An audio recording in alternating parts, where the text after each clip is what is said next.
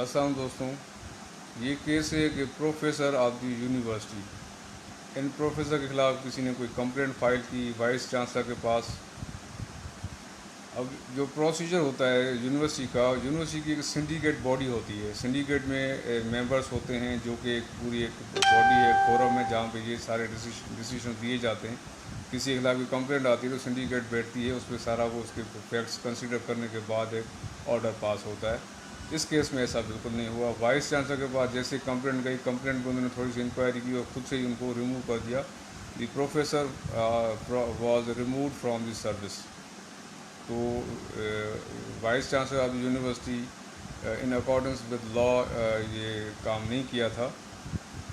تو انہوں نے پھر سپریم کورٹ میں جب یہ اپیل فائل کی، اس پر مین گراؤنڈ یہی تھا کہ کیونکہ یونیورسٹی کے ایسے سارے ڈیسیشن سنڈیکیٹ باڈی کے سے ہی ہوتے ہیں۔ سنڈیکیٹ باڈی ایک باڈی ہے جس میں ممبرس ہوتے ہیں، اور وہ سب ایک ایز پر لا ایک ریکوائرمنٹ ہے کہ سنڈیکیٹ ہی ڈیسائیڈ کرے گی کہ اگر کسی کو ریموو کرنا ہے سروس سے۔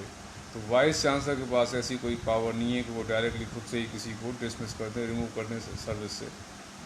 اسی بیسس پہ یعنی ایک اللیگیلٹی ریگولیرٹی تھی کہ جو پروسیجر ہے اس پر لا اس کو فالو نہیں کیا گیا تھا، اور وائس چانسلر نے ان کو ریموو کر دیا گیا تھا۔ وہ ریموول کا آرڈر سیٹ اسائڈ کر کے professor was reinstated from the date of dismissal from the service, اور ان کو بیک بینیفٹ سارے دیے گئے تھے۔ یعنی وہ جب سے ان کو ڈسمس کیا تھا اسی دن سے ان کو ری انسٹیٹ کیا گیا، اور جو بھی ان کو بینیفٹس نہیں ملے تھے due to removal from the service وہ سارے ان کے بحال کیے گئے۔ یعنی ان کی ایک تو he was reinstated to the service with all the back benefits.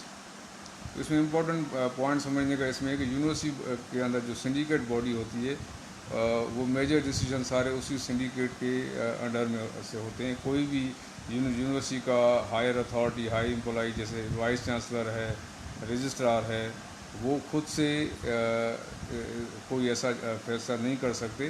ان کے پاس اگر کوئی میٹر آتا ہے، کسی کمپلینٹ آتی ہے، تو he must refer it to the syndicate, اور سنڈیکیٹ کی پراپر میٹنگ ہوتی ہے، اس میں سارے فیکٹس کو کنسیڈر کرنے کے بعد ایک اسپیکنگ آرڈر دیا جاتا ہے کہ وہ آرڈر جب پاس کیا جاتا ہے تو اس کے اندر سارے اس کے ریزنس پراپرلی مینشن کیے جاتے ہیں کہ یہ آرڈر اس طرح سے کیوں پاس کیا جا رہا ہے، اس کے اندر کیا فیکٹس ہیں اور کیا کچھ انکوائری جو بھی ہوئی ہے۔ تو this is the right procedure to do a thing. اس کیس میں ایسا نہیں ہوا تھا۔ وائس چانسلر کو کمپلینٹ آئی، انہوں نے اس کمپلینٹ پہ فوری ایکشن لیتے ہوئے ریموو کر دیا پروفیسر کو سروس سے، and the same order was set aside by the Supreme Court, اور ان کو واپس ری انسٹیٹ کر دیا گیا سروس میں۔ Thank you.